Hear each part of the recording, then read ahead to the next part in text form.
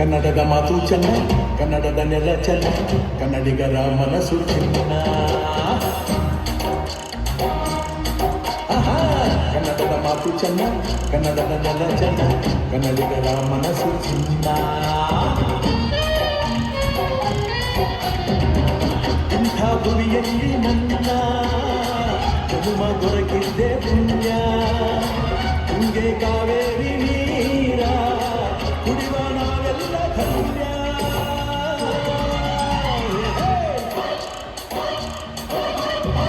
ಕನ್ನಡದ ಮಾತು ಚೆನ್ನ, ಕನ್ನಡದ ನೆಲ ಚೆನ್ನ, ಕನ್ನಡಿಗರ ಮನಸ್ಸು ಚಿನ್ನ.